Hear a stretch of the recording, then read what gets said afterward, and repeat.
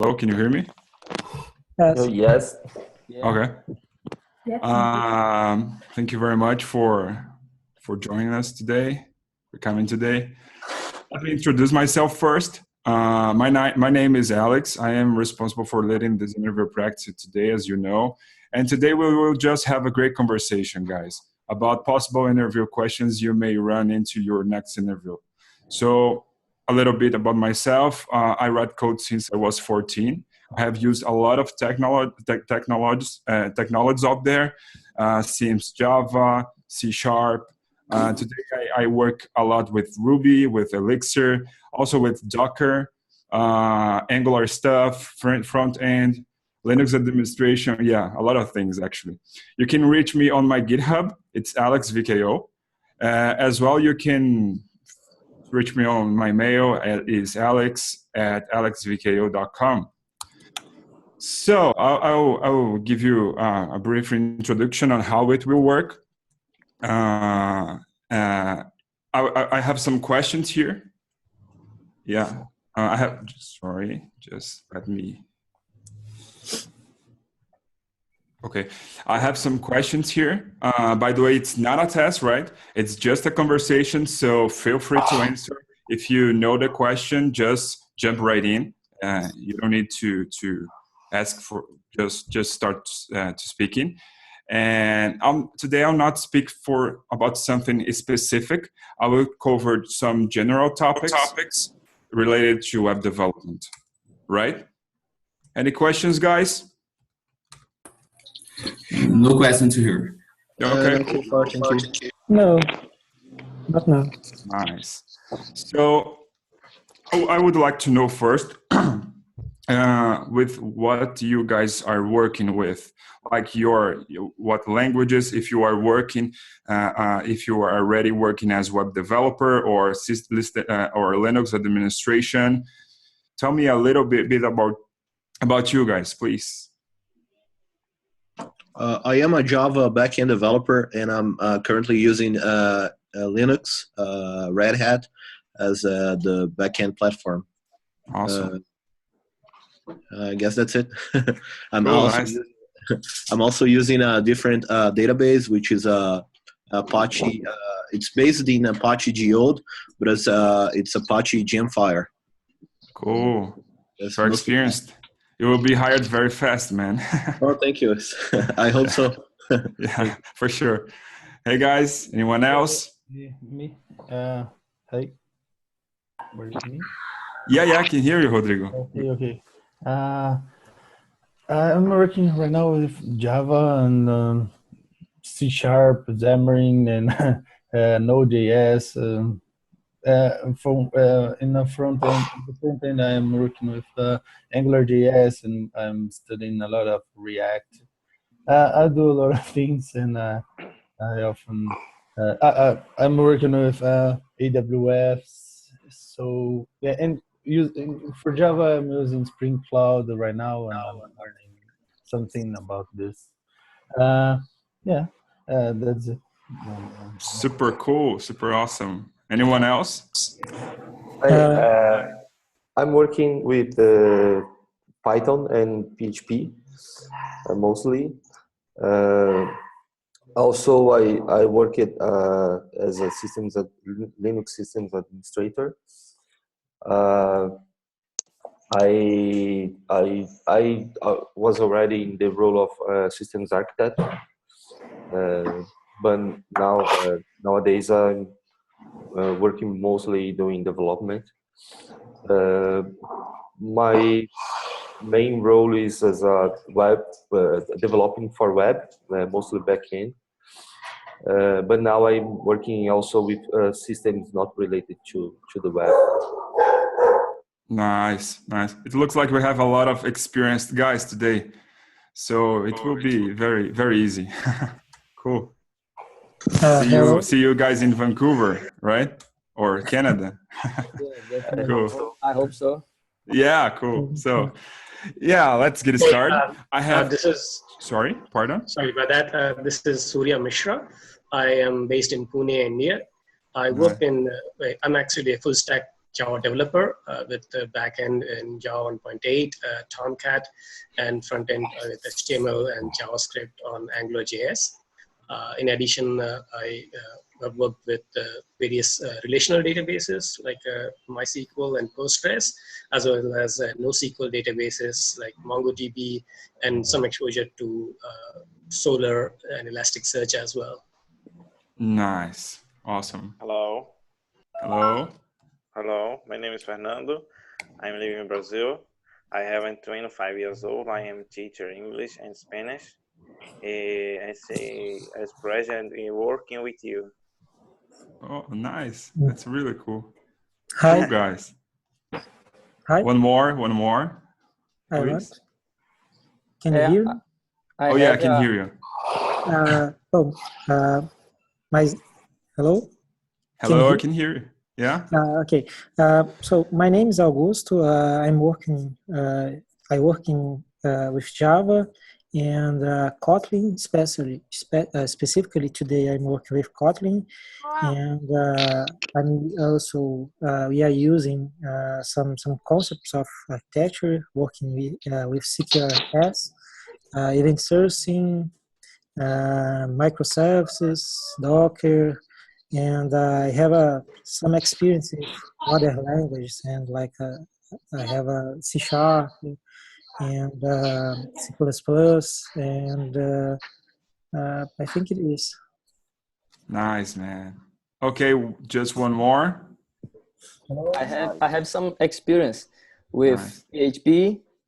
Now I'm developing web developer, Angular, HTML5, CSS3, and I have a background with administration to Linux, web server, database, MySQL, Postgres, and that's it. Super cool, guys. Super cool. Nice. Cool. So I have here a few questions for you guys.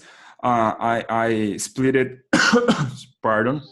I split it these questions by topics. So I have general topics, backend topics, DevOps, network, databases, some personal questions, which is really important as well. I will talk a little bit about these personal questions just in 1 second. JavaScript, CSS, HTML. Well, let's get started. Okay. Here's the first. It's a general question, okay, related to network a little bit. So what is CORS and how does it work? CORS, C-O-R-S, CORS. Okay, I can try this one. Okay. Let's do it. Okay, that's related to cross-site scripting, and this is about to protect your request between server and client, and see if the client is authorized to do this kind of request. Okay. Simple, small, but complete. The perfect answer. That's pretty much it. You did it. You got it. Okay, great. Cool. Let's go to the next. I will do some, pardon. I'll do some junior questions as well. I'll do some senior questions as well. So yeah, let's do to the next one. What is an API? It's an application programming interface. This is used to integrate applications, normally using REST or SOAP. It's a way to integrate applications. Cool, nice. That's pretty much it. You did it. Okay, what's the most common HTTP requests? Tell me just 4. Get, put, post, and delete. Okay, cool. That's pretty much it. What's the purpose of each one?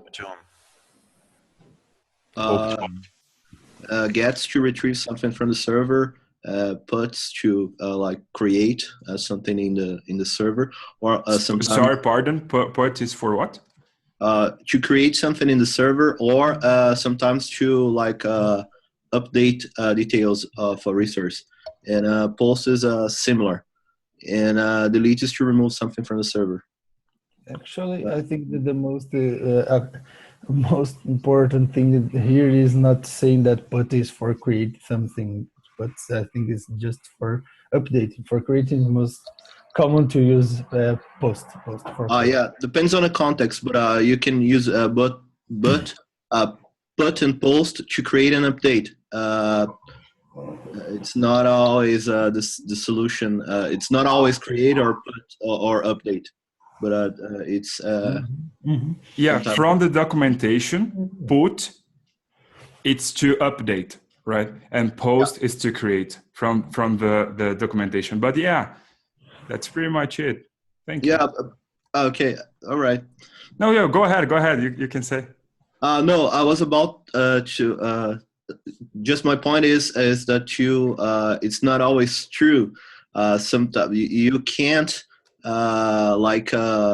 define that you should always put to create and post to create and put to update. It's not always true, but I would say that 90% of the times that's true. Okay. Let's talk about paradigm, right? So it's a personal question, and that kind of question is really, really important. So what time of programming paradigm do you prefer, and why? Okay.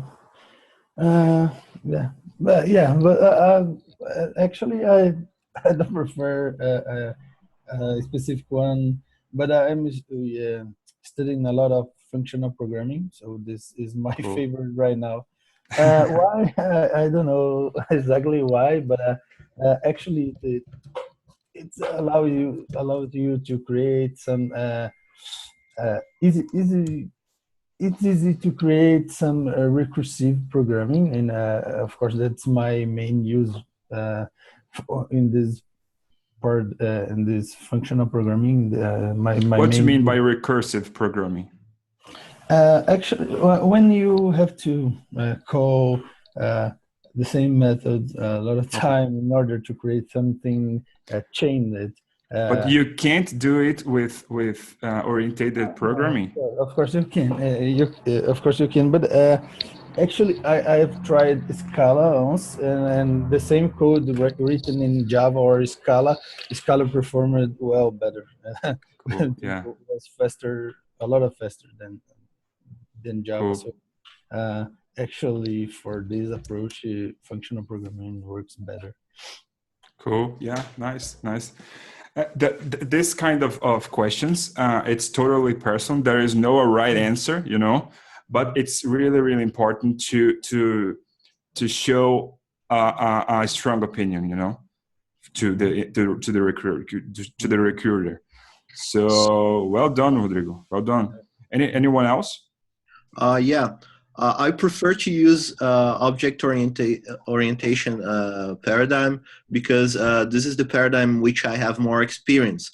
But I am interested in using like a functional programming languages to learn a new technology or a way which is more suitable to do something. Awesome. Cool. Great answer. Thank you. Anyone else? My pleasure. Cool. Yep, I prefer the OOP paradigm. Nice. Because I have more experience with it, and also because it's largely used in the market, so it's easier to hire people with knows OOP. So this is the main reason I prefer OOP. Also, you can do pretty much anything you do with functional programming. You can do with OOP. So cool. Cool. OOP is easier to learn as well, right? Because it's more natural, a natural language. But yeah, both has its good points. Okay, let's go to the next one. Yeah, that's a cool question. What is design patterns? What are design patterns? And what is it for? Design pattern. Yeah. Well, the design pattern, as the name says, it's a pattern of design and software architecture based. It's for it was created for separate things in common things like I don't know exactly how to explain. That's when I struggle in interview. So yeah, but of course in Portuguese. You are trying to say it was created to solve specific problems, right? Yeah, that's my guess. Yeah, I understood. Okay. In Portuguese, I would explain that. No, you are doing great, man. You are doing great. But my point is that it was created to solve some particular things and common things, like when you have to create some object in your programming. It's for creation of patterns. It's in the creation patterns group, or when you have another specific problem, like integrate such different things or different programs, you could use another kind of pattern like a bridge or adapter or other kind of pattern. But in the main thing is that it's created to handle common problems that and is a pattern which is good for other developers, that most people could understand that in the simple way. Yeah. Awesome. Anyone else? Yeah. It's a already tested solution for common problems that you can have while you're using technology. Yeah, small but complete. Yeah. Give me some examples of design patterns, folks.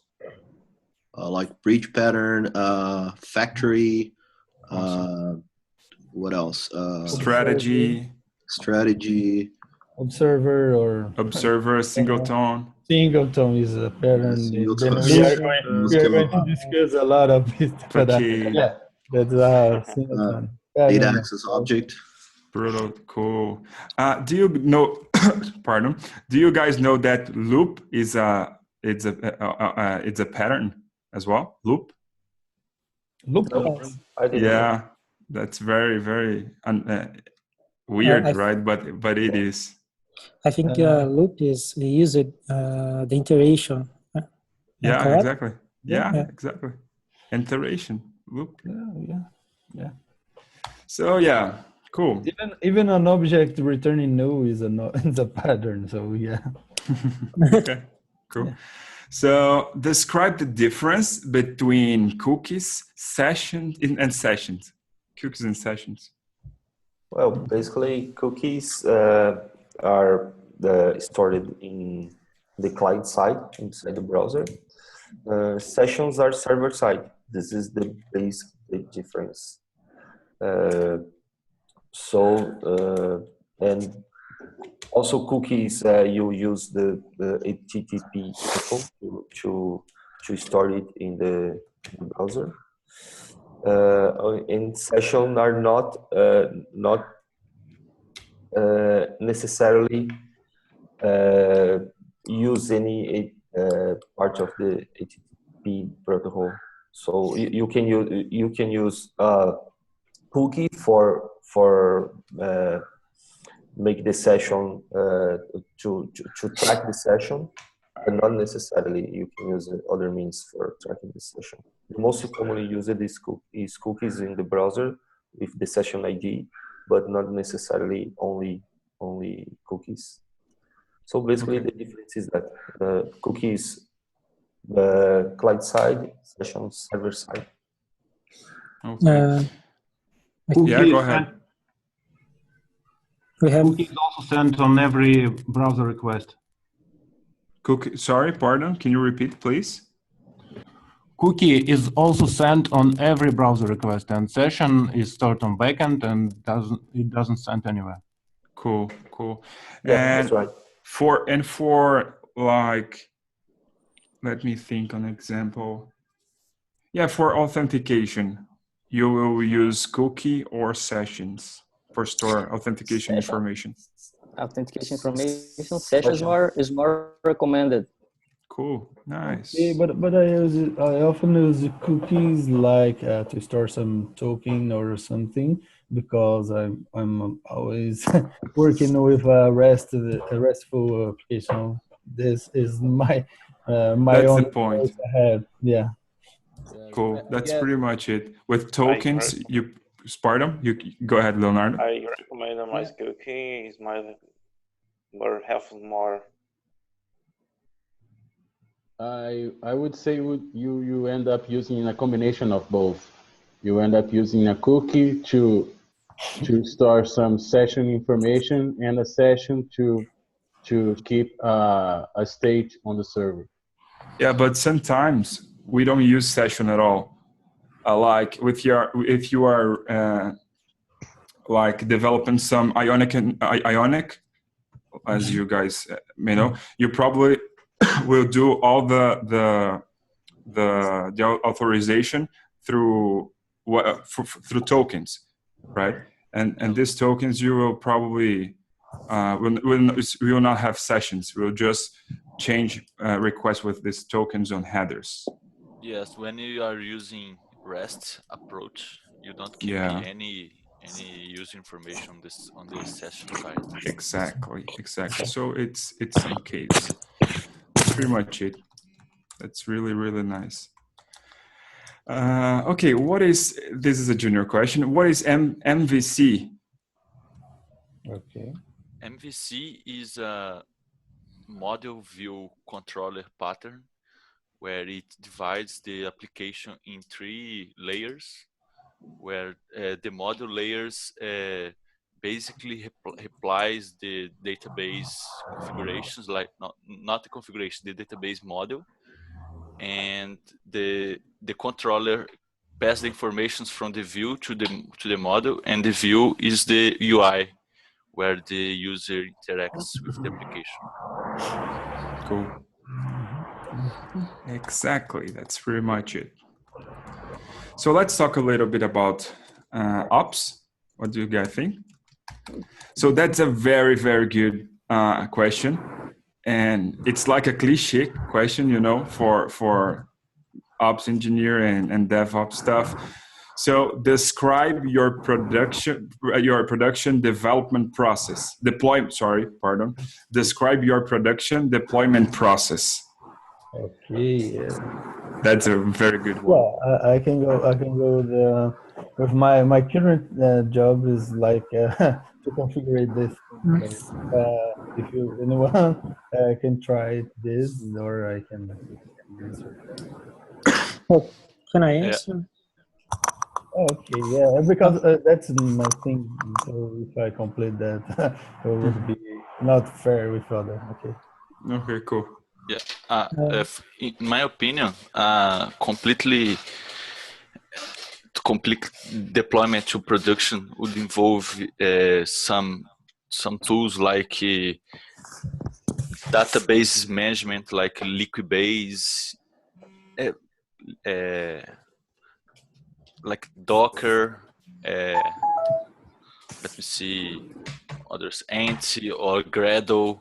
They are tools used for continuous integration and continuous delivery. That's is great for deployments in productions. Cool. See, continuous delivery, continuous integration are good tools. Are good tools to mention. Mm-hmm. That's cool.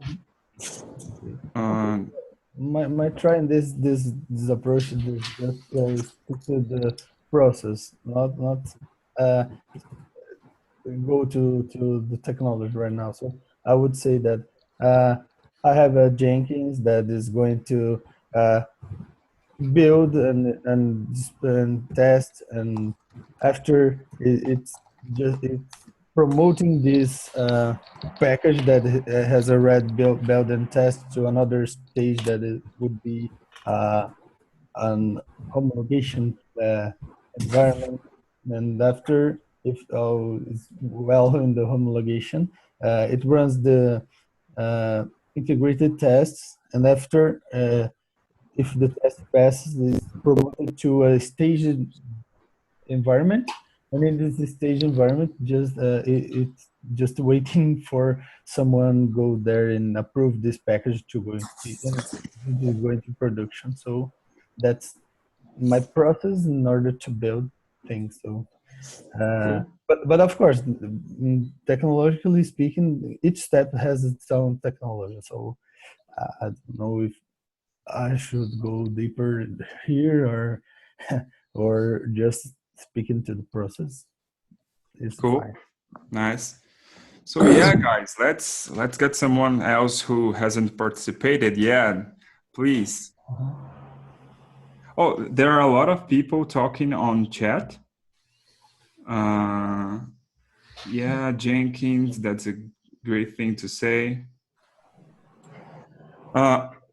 Yeah, that's pretty much it, guys. Great answers. Okay, let's go to a junior one.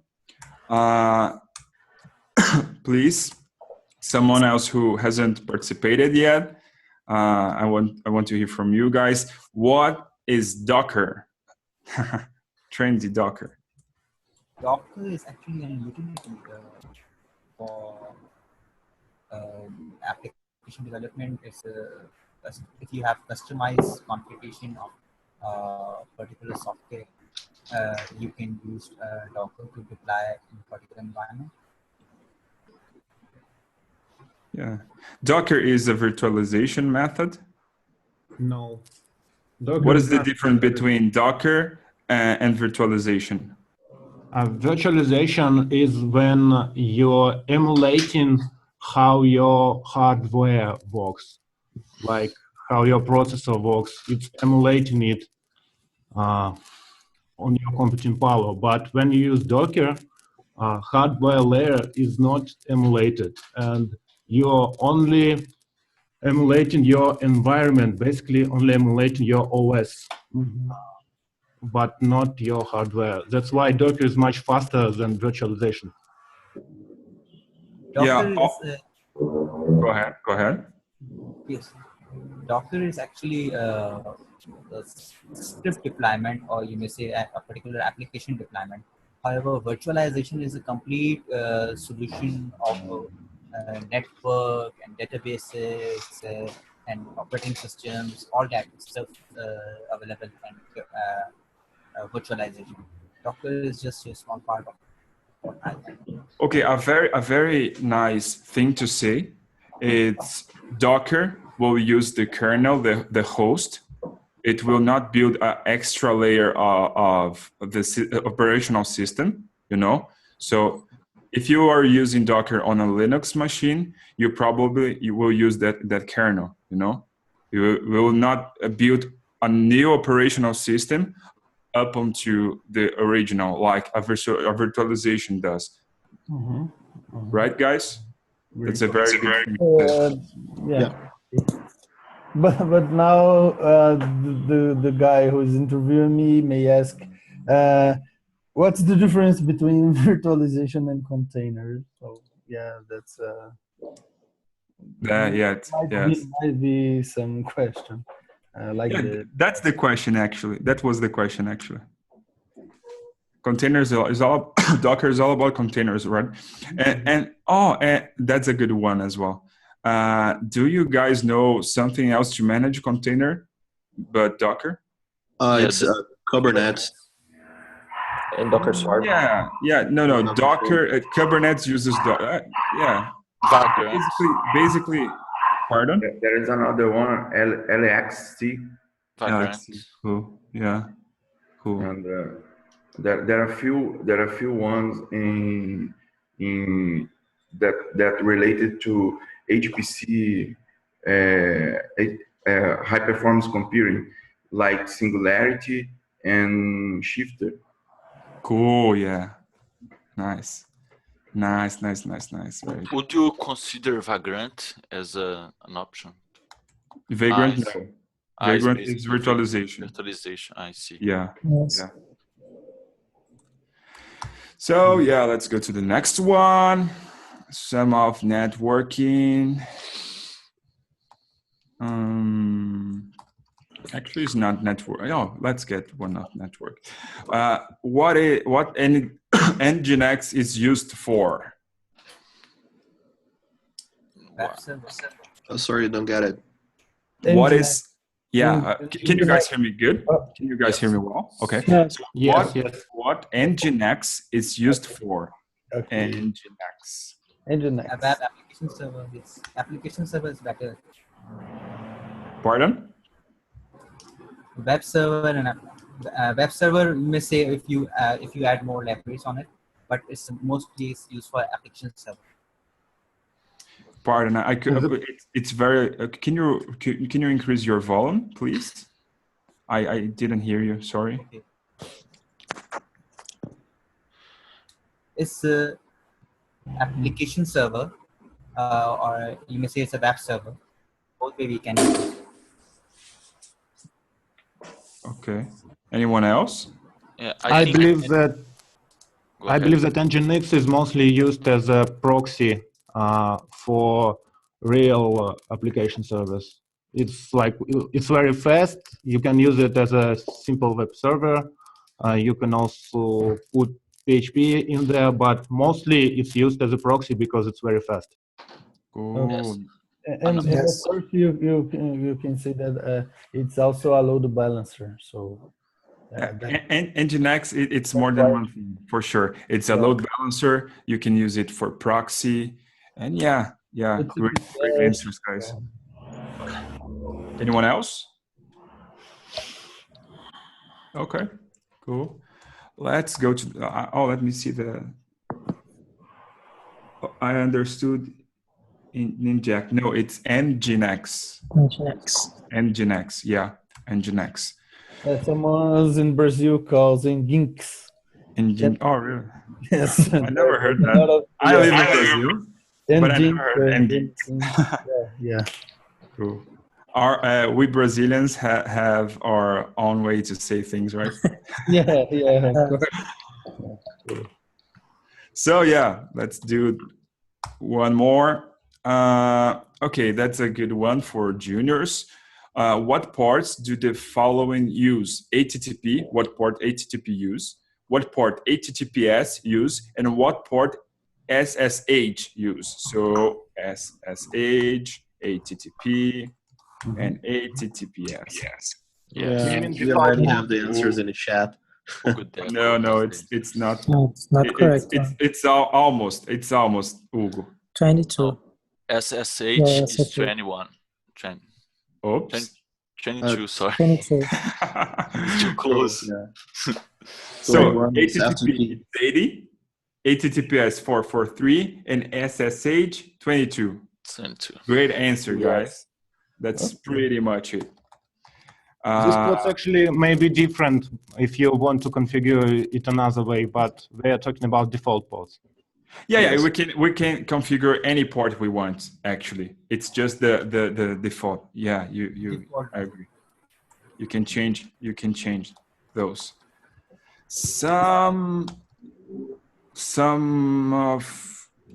Let's do some databases. So yeah, what is a database index? That's a very hard question. Database index is actually sorting mechanism of your data. You can use multiple types of indexes in particular database architecture. Can you speak a little bit louder? Just a little bit. It's very, very hard to hear from you. I'm sorry. Yeah. Let me close my fan. Actually, I have to close my fan.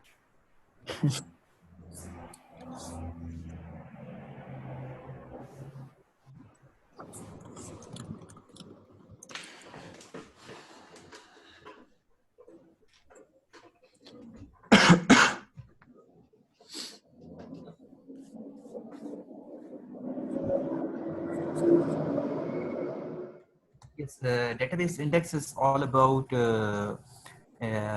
sorting your particular data in particular database, and we can have multiple types of indexes, like primary key have another type of index, and foreign key has different types of index used in multiple different types of databases. That's what I'm Okay. Anyone else? Index is a mechanism to organize your data so you can retrieve the data faster. Abstractly speaking, I guess that's it. As a consequence of that, just to complement the answer, it's when you have an index, it takes more time for you to persist your data, but it's much faster to locate your data. Cool. All correct answers. So, okay, tell me, pardon, tell me one different or the most important difference between MongoDB and PostgreSQL. Just one, it's enough. One is relational, the other one is all relational. Yeah, that's pretty much it. MongoDB is NoSQL. Yes. Pardon? MongoDB is NoSQL. Yeah, NoSQL. Non-relational database. Okay. What's the strategy you would use to store 1 million phone numbers? The strategy to use 1 million phone numbers. Yeah, phone numbers. What is the strategy you will use to store 1 million phone numbers? I would like to say if you would use like Mongo or Postgres or whatever. It's a personal question. There's no right answer. I would say that Oracle would be my choice there. So, yeah, but that's my personal experience. But could you repeat, please? Okay, Oracle is my choice here because, or Postgres, of course, because my own experience says that it should be split in different clusters in the database. So, and it would perform better in order to search. It depends, of course, if you have to search faster or just store this thing. But for more general purpose, I would pick Oracle this one. Cool. Yeah, I think Oracle it's kind of overkill. It's a very strong machine to store phone numbers, but yeah, that's cool. That's a good answer. Anyone else? Simply we can use any database.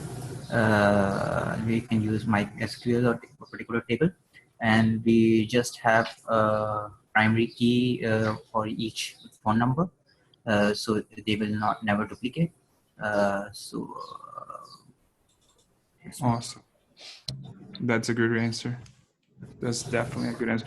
Yeah, you could say that you guys could say that the name of the column, the name of the table, if you guys would use index or not, a relational database or not, just things like this. May I go? Pardon? May I speak? Sure. Go ahead. Hold on, man. Michael, can you hear me okay? Yeah, I can hear you okay. Okay. I think it depends on the scenario. Like if you are storing a relational database, for instance, you won't have only phone numbers, you will have more info about the users, you will have more things registered, then yeah, I would use a database. But if it's just for the sake of storing data, NoSQL database would suit better because it depends of the scenario. Yeah, totally. Very good answer. Okay, let's go to the next one. Okay. If anyone has, sorry, pardon, you can say. Is there a bad option to ask the interviewer for more information into the scenario where he's trying Yeah, to? you can ask for scenarios, but generally it's generally speaking, you know. So of course that everything in IT depends on a lot of things, has a lot of variables, you know. But when we are talking in interview practice, you can say just general, or you can give a scenario as well. Yeah. If you give a scenario to the recruiter, it will be awesome. Like something that happened to you, you know, something that you experienced. Yeah, that's pretty much it. Cool. That one it's really cool. What's the difference between view and table on relational? View and table. View is used to store a data, and view used. Pardon, can you repeat, please? Table is for to store the data, view modeling, and view is to increment it, to get fast some selects, some usual selects. So you create a view like this one you want to show a data. Cool. Field is a collection. Field is a collection of field is column actually, and table is a collection of column. Cool. And what is the purpose of views then? You can have like views to have a collection of related data to like a specific like a department of a company. You can have like a table for users, but you can have like a view only for users which are from Brazil, and then you're not creating a new table and having duplicate. You're not duplicating the data, but you have like a view is like to aggregate or to put data related together, but you're not using, you're not creating a new table in your database. It's like only a presentation way for accessing data. Views are based on data scenario actually.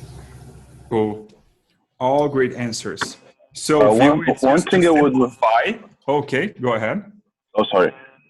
One thing I would add is like in the general purposes of a project, the views are good if you have a very complex query and you need to use this query on your system and you're using some relational database mapping like Nginx or NT framework. You can call them using views, so you don't have to write a really complex query using link, and that's really advantage. But it's more in a general way, not specific for databases. Yeah, exactly. You got it. But you can use materialized view for use some structure, show some data. You come from Rails world, like Postgres, because we use it materialized view a lot in Postgres on Rails. I use in Oracle for big data to show some indicators. Well, cool. the volume of data is too big.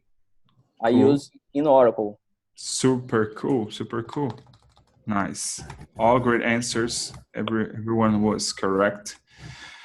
Okay. Pardon. What is having clause? Having clause is based on particular group. Or, Pardon? If aggregate function we are using aggregate function, we can use having clause instead of where. Cool. Its principal meaning is to actually filter out your query by the aggregate clause, not doing the where clause. Cool. Yeah. It's the where for aggregate columns. That's pretty much it, Leonardo Medeiros. Filter to aggregate query. Cool. some personal questions now. So these kind of questions, as I said, there is no a right answer, but it's really, really nice to show a strong opinion, you know, like say why you think that and things like that. Okay, to the recruiter. So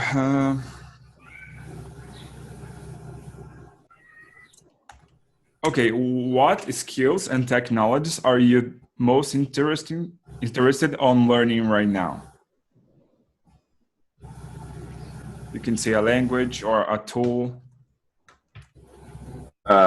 I'm actually really interested in learning Angular right now because I'm mostly a backend developer, but I really like the front end stuff, and my goal in the future is to achieve a position of full stack developer.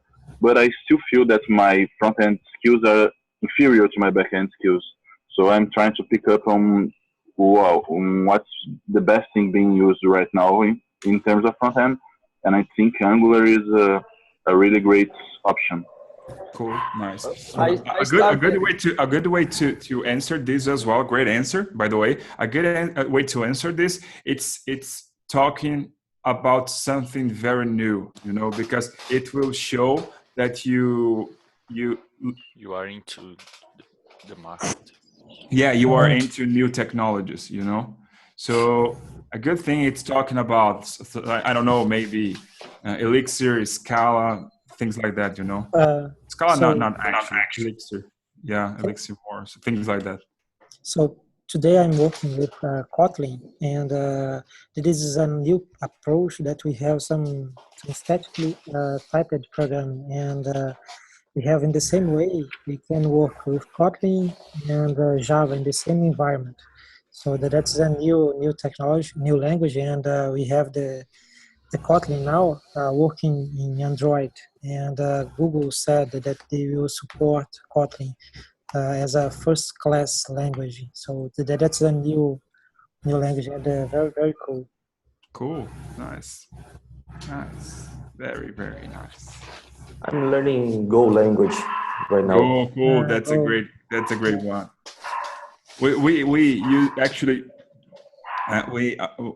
in the company I work, we have some microservices in Go language, and it's really fast, man. It's really, really fast. Yeah. Cool. Yeah, it has very cool parallelism features. Yeah, it's very good for parallel programming. Yeah, Elixir as well for concurrence.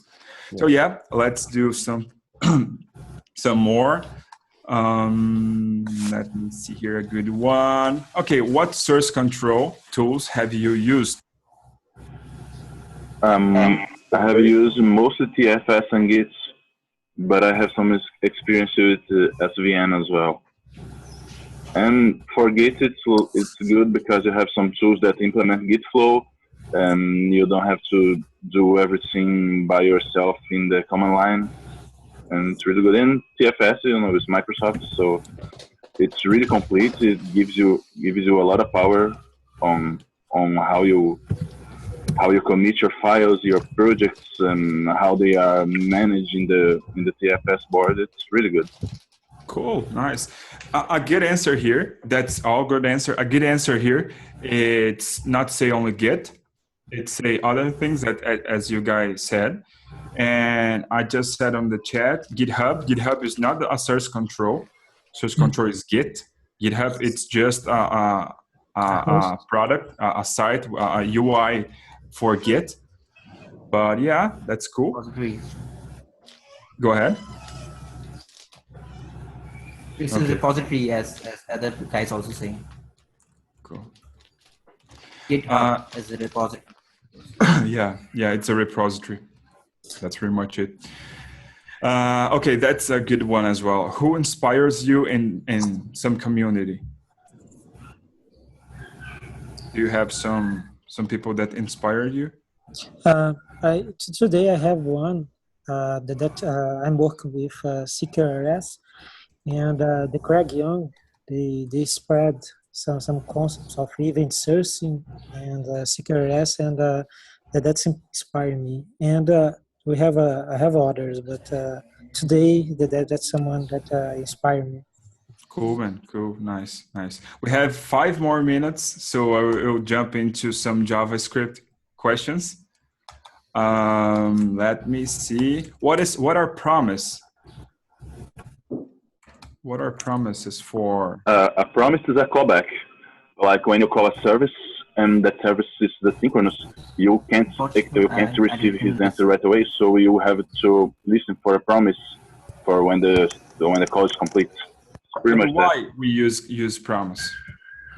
For mostly for calling asynchronous JavaScript or like web API services that calls on asynchronous services and things like that. That mostly services that you don't have the answer right away. You can't wait for an answer, or you have to show something to the user while you were still operating. And for like the big queries on database, and you can't just freeze the user. So you use promises and show the user when it's ready, so your JavaScript can listen to it. Okay. A good point, simple but complete, is with promises. You don't need to wait the response to the server. You can continue executing your code because it's not blocking. So that's a good point of promises. So yeah, you didn't underline the difference between promises and callbacks. Yeah, cool. When you need to change callbacks, you should put one callback in another and third in the second and so on. It's called a pyramid of doom, and it's very unreadable and it's nasty. So when you use promises, you can chain callbacks more freely because promise encapsulates a chain of callbacks in it. That's an awesome point as well. Marcelo Barreto, Alex, can you hear me? No, I don't think so. Are you speaking right now, Marcelo? Right, speaking with you and to everyone. Oh, I can hear you now. I can hear you now. It's your volume. If you could increase your volume.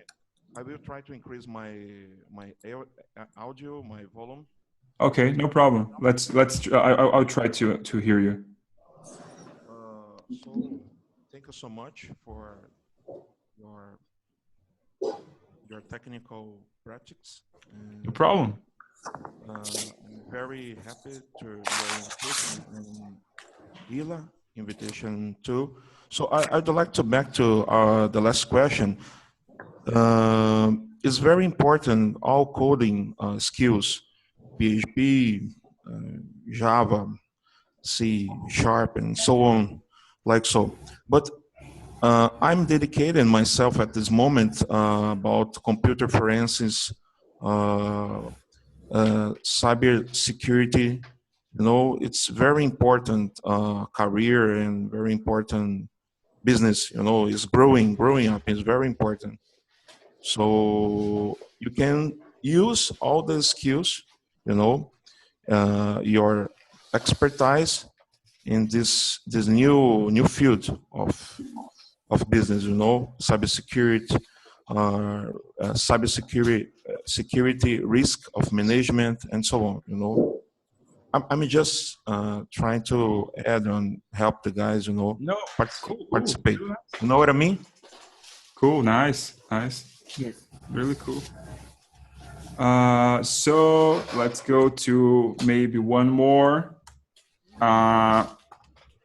Maybe 2 more. Okay. How do you, very simple guys, very small answer. How do you optimize a website assets?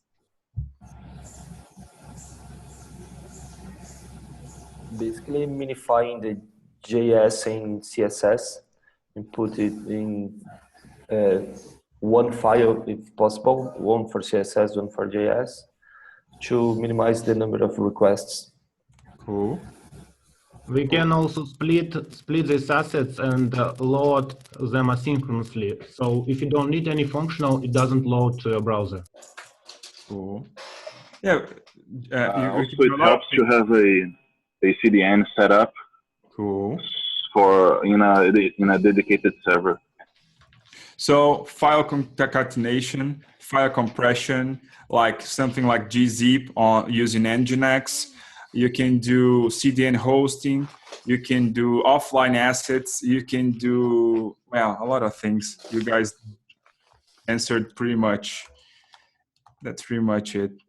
Okay, maybe the last one. What is a single page application and how would you build one? Small answer, guys. Single page application is, we can say that it's a website, but it works not as usual Web 2.0 websites are working now, because it doesn't reload page when you change in the road.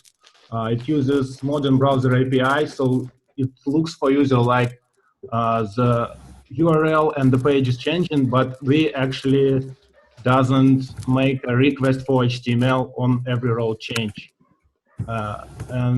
These sites are mostly built by using JavaScript or some other language that compiles to JavaScript, and there are a lot of frameworks to make this task easier for you. Cool. Give me an example of a framework or two, maybe. AngularJS, React, Vue. There's also Knockouts. Knockout, cool. Cool, guys. I think our time is up. Thank you very, very much for joining us today. This class was more general. Usually we have some more specific classes as well, more specific topics like Ruby topics, JavaScript topics, DevOps topics. But yeah, it was really, really awesome. Thank you very much. Ilya? Alex, thank you so much. Thank you. My pleasure. Did a great job, and congrats everyone. I actually learned a lot. So that was really, really great. Alex, I'll let you go back to working and everything, but I'll stay here. If anyone has any questions for maybe 5-10 minutes, happy to answer questions. Everything related to non-technical subjects for interviews as well as working abroad, I'm happy to answer. I know you guys a lot of you guys woke up early. Not everyone, but most people. So yeah, Alex, if you wanna stick around as well, no problem. But yeah, thanks so much for participating, everyone.